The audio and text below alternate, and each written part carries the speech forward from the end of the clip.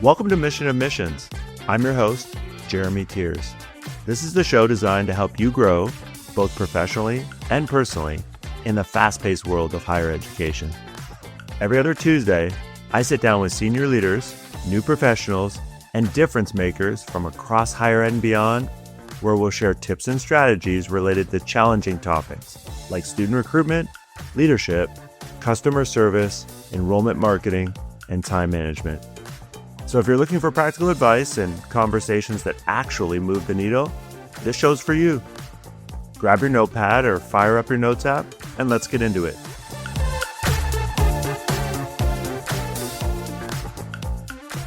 Hey everybody, it's Jeremy Tiers, and this is episode 76 of the Mission Admissions podcast.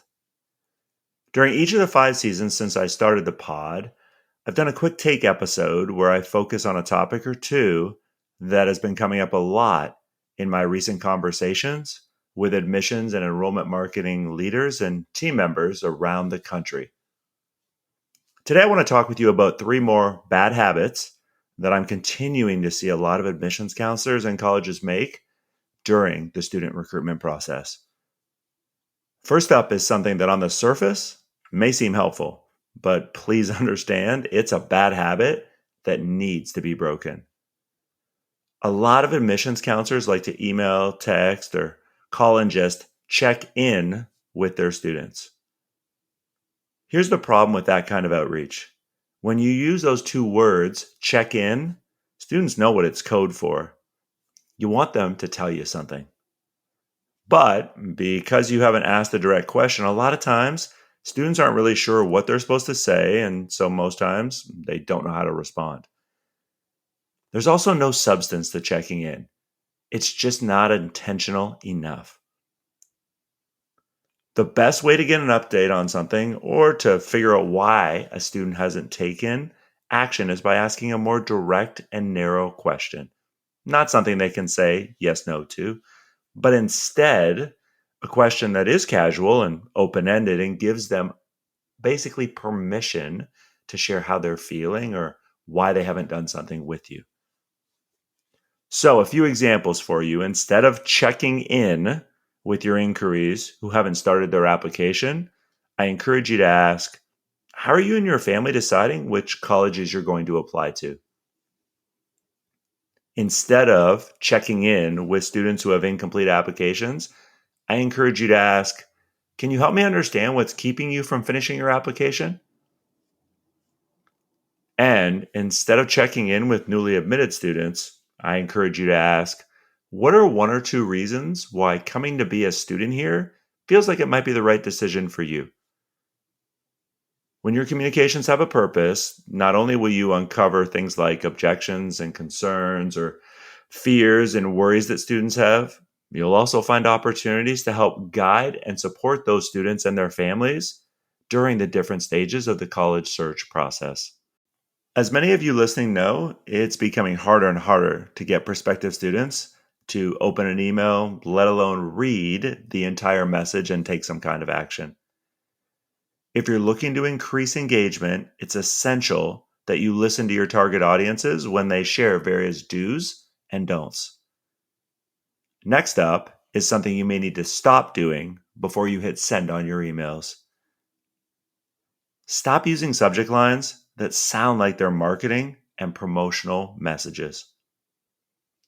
According to my ongoing survey data with students here at Top Tier Higher Ed, one of the top things that gets them to open any college-related message is your subject line. 27% actually say it's the number 1 top determining factor for them. The key with subject lines is to make them feel personal, make them sound helpful, or create some kind of curiosity.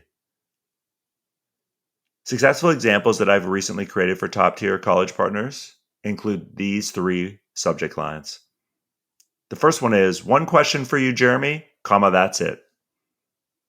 The next one is, what, insert your college name, students really like about their classes. And the final one is, you will feel supported here.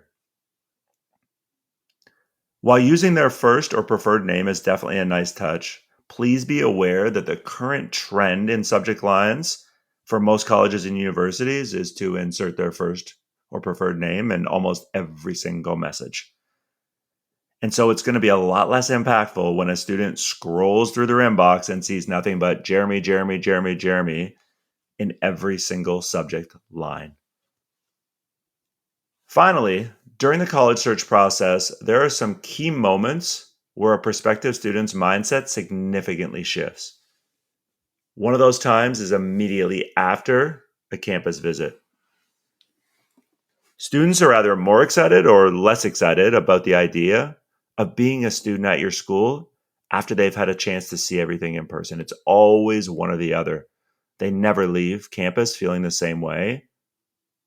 So, what's your post-visit communication strategy in those first few days or that first week after a student visits campus? And this could be for their daily tour. This could be for a fall open house. This could be for an admitted student day. If your answer is we send a survey, I encourage you to consider making a change because it's really hard to make any survey truly feel personal.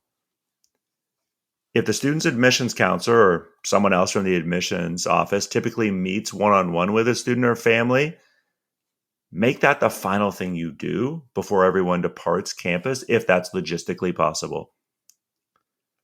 During that meeting, what I don't want you to do is bombard the student with a whole bunch of questions about what they saw and heard on their visit because they haven't had enough time to process everything.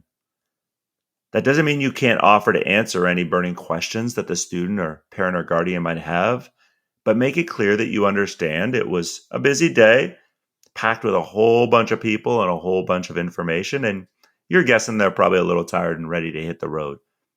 When it comes, though, to talking about that next step, then, there are two particular strategies that I encourage you to consider implementing either in that meeting or post-visit.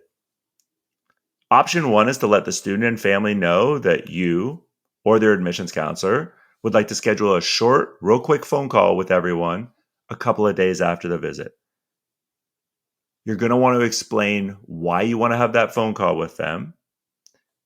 And I would tell you the purpose of that phone call will be to answer any questions that they come up with, to talk more about their visit experience, and to discuss the next step in the student's process. The other thing you could do instead of a phone call is you could have the same type of message get sent in an email. Whether it's in an email or whether it's during that phone call, it's critical, back to direct questions that I talked about in the first bad habit and the importance of asking more narrow questions, that you also, for your post-visit strategy, ask one or more direct questions like the ones I'm about to give you. Ask the student, what's one thing you saw or heard during your visit that surprised you? Or you could ask, what's something that didn't get talked about enough or maybe at all that you're still wondering about when it comes to being a student here? You could also ask, what's one thing, Jeremy, you wish you could change about our campus now that you've seen it? You might ask, Jeremy, if you came back for another visit, what would you want to see or experience again? Two more. What's the biggest concern, Jeremy, you have about, and then you insert your college's name. And the last one is, walk me through what you see happening next for you. Or if you were asking the parent or guardian, right, you would put the student's name in. So walk me through what you see happening next for Jeremy in this whole process. But if you're asking the student that question, you would say, walk me through what you see happening next for you in this whole process.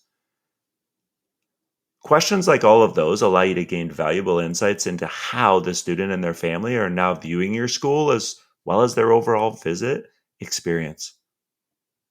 If you're currently making one, two, or all three of the mistakes that I've covered today, I encourage you to take the information and ideas I've shared and start some new habits.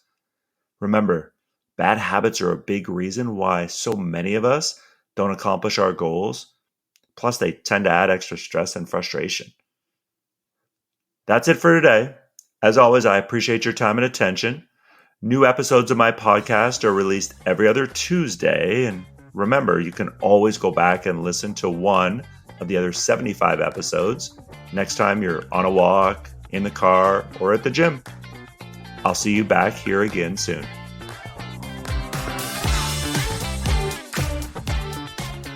Thanks for listening to Mission Admissions.